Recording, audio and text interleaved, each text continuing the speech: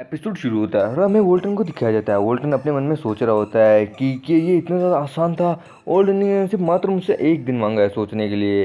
क्या सच में वो सोच लेगा? क्या वो मेरे दुश्मनों को सच में कम समझ रहा है? खैर अच्छा ही है, अगर ये इतना आसान है तब तो ठीक ही बात है। उसके बाद अभी वोल्टन के आगे पुलिस वाले की गाड़ी आती है और वोल्टन हैरान हो जाता है कि ये लोग यहाँ क्यों आए हैं। फिर तभी गाड़ी के अंदर से शाओमी निकलती है। शाओमी उतरते ही वोल्टन से कहती है, वोल्टन तुम्हें हमारे साथ चलना होगा, हमें तुमसे कुछ पूछताछ करनी है। और ये सुनने के बाद वोल्टन कहता है, क्या? पर क्यों? आखिरकार क्यों? मैं ही क्यों?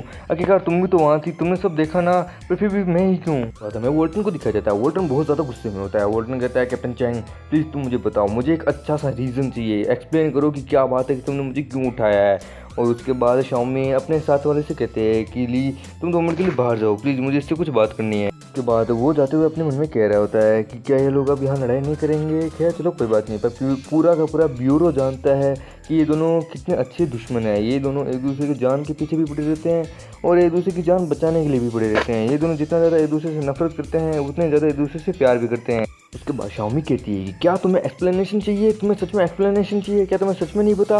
अरे जिस बंदे ने ल्यू को गोली मारी है उस बंदा अब चुपचाप हमारी हिरासत में आ गया और उसने, तुम जानते हो किसका नाम लिया? उसने तुम्हारा नाम लिया। वोल्टन तुमने ऐसा क्यों किया? उसके बाद शाओमी कहती है कि वोल्टन तुम्हें लगता है ना, तुम सोच रहे हो ना, ये एकदम वैसा वैसा है जो पिछली बार एकदम सेम टाइम ऐसा ही सब कुछ हुआ था। वोल्टन अब इस समय में तुम बहुत ज़्यादा बड़ी मुश्किल में फंस गए हो। रियलिटी में तुम बहुत ज़्यादा बड़ी मुश्किल में फंस गए हो। अगर तुम जानते हो कि कौन है इसके पीछे तो प्लीज़ हमें बताओ। उसके बाद वोल्टन कहता है, मुझे कहाँ से पता होगा? क्या मैं उनका बाप लगता हूँ? उसके बाद ये सुनने के बाद शाओमी कहती है कि क्या तुम्हें सच में लगता है वोल्टन, तुम जानते हो वो बंदा एकदम तुम्हारे खिलाफ है, वो तुम्हारे खिलाफ गवाही देने के लिए तैयार है। ये मामला बहुत ज़्यादा सीरियस है और तुम्हें लगता है कि कौन हो सकता है, कौन हो सकता है जो तुम्हें फंसा रहा है? उसके बाद वोल्टन कहता है कि कैप्टन चैंग इस वक्त अब तुम अपनी ड्यूटी पे हो तो प्लीज़ तुम अपनी भावनाओं को इस मैटर के साथ मत जोड़ो। और ये सुनने के बाद कैप्टन चैंग कहती है कि ओह अच्छा, तो तुम चाहते हो कि मैं अपनी भावनाओं को इस मैटर से नहीं जोड़ूं? तुमने यही कहा ना, तो ठीक है ली, जल्दी से अंदर आओ और अपनी पूछताछ जारी रखो। उसके बाद ली अंदर आता है। वो कहता है, अकॉर्डिंग टू द लॉ जितने भी लोग वहाँ थे, मतलब कि उस मैटर में जितने भी लोग थे वो सभी आपके खिलाफ है, सिवाय मैम और आपकी वाइफ को छोड़ के।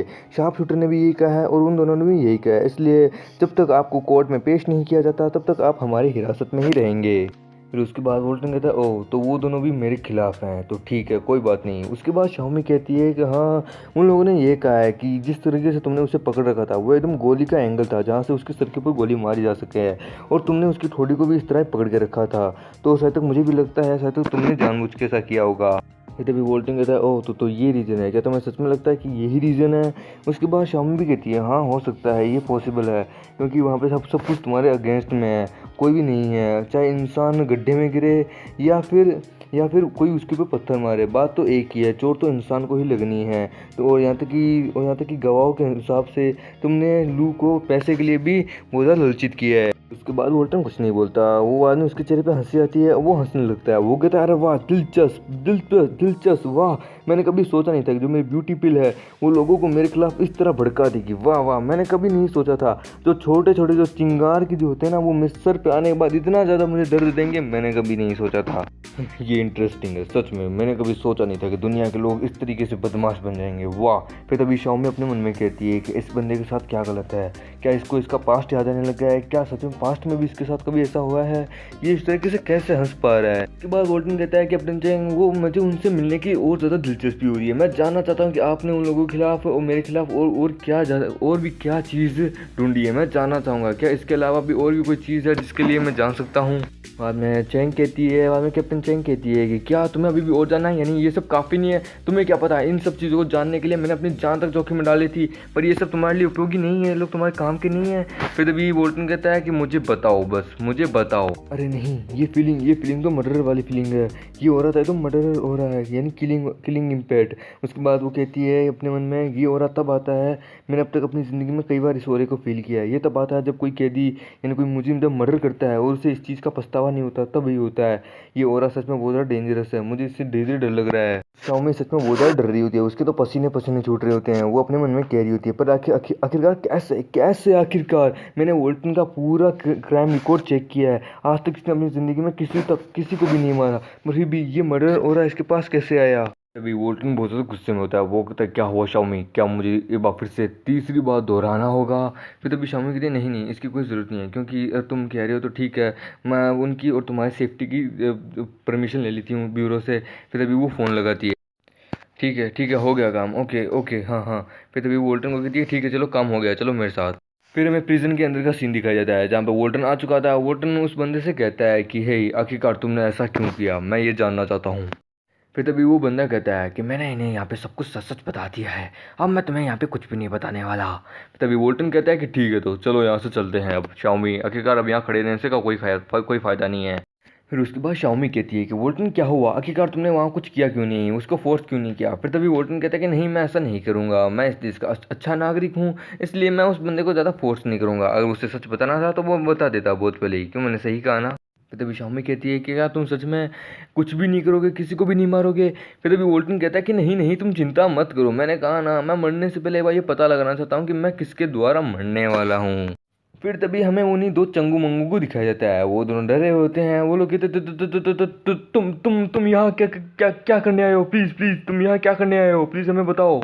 नहीं नहीं, मैं तो बस यहाँ बस जस्ट तुम लोगों को मिस कर रहा था, आखिरकार तुम लोग मेरे अब दोस्त जो बन चुके हो, मेरे खिलाफ जो हो। वो लोग वोल्टन को देख कर डर जाते हैं और एक दूसरे को पकड़ लेते हैं और नीचे गिर जाते हैं। वो लोग कहते हैं कि वोल्टन वोल्टन प्लीज़ हमसे दूर रहना, हमसे दूर रहना, देखो हमारी कोई गलती नहीं है, प्लीज़ प्लीज़ हमने जो अपनी आंखों से देखा प्लीज़ हमने वो वही सच सच बताया, प्लीज़ हमसे दूर रहना, हमने कुछ भी नहीं किया प्लीज़। यार तुम लोग तो सच में बहुत ज़्यादा बेकार हो, मैंने जो सोचा था मैं यहाँ बिल्कुल भी नहीं कर पाया। खैर चलो छोड़ो शाओमी, चलो यहाँ से चलते हैं, वैसे भी मुझे जो पता लगाना था मैंने वो लगा लिया, चलो चलते हैं।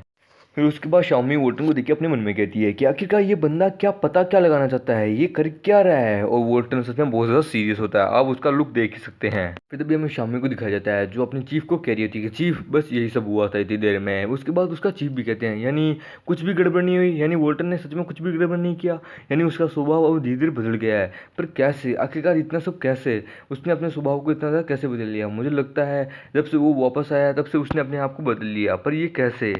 हाँ चीफ, पर मुझे लगता है अब जो कुछ भी हुआ है सब अच्छे के लिए हुआ है, सब कुछ अब एकदम ठीक हो जाएगा। फिर तभी उसका चीफ कहता है हाँ मैं भी यही आशा करता हूँ, पर लेकिन दूसरी तरफ कोई तो है जो उसे मारना चाहता है। फिर तभी शाओमी कहती है कि पहला उसका बेटा, उसके बाद यू खुद, लगता है कोई प्लानिंग करके धीरे धीरे इन लोगों को मार रहा है। कोई है जो फाइट नहीं कर रहा पर फिर भी अपने दिमाग से खेल रहा है। वो मॉन्स्टर जो भी है पर वो वोल्टन को फंसाना चाहता है और मैं इस चीज़ का पता लगा के रहूँगी।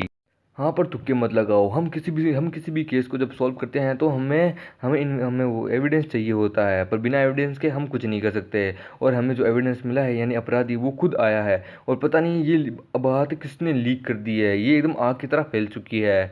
और साथों साथ अखबार में हर तरफ ये आ रहा है कि ल्यू और उसका बेटा, उसके ये जो मामला है ये वोल्टन से जुड़ा हुआ है, और ये वोल्टन ने किसी को शार्प शूटर को कह के उन दोनों को मरवा दिया। पर मुझे नहीं लगता ऐसा हुआ होगा। मीडिया तो वोल्टन को धीरे धीरे बदनाम करी है, जिस प्रकार से उन्होंने उसको पॉपुलर किया था ठीक उसी प्रकार से ये लोग इसे बदनाम कर रहे हैं। फिर शाओमी कहती है हाँ जिस तरह धीरे धीरे मीडिया वालों ने वोल्टन को ब्यूटी पिल का फादर कह दिया था, पर अब धीरे धीरे वोल्टन को वो लोग एक अपराधी कह रहे हैं। ये दुनिया वाले कभी नहीं समझ सकते, सच्चाई की कभी भी गहराई में नहीं जाते।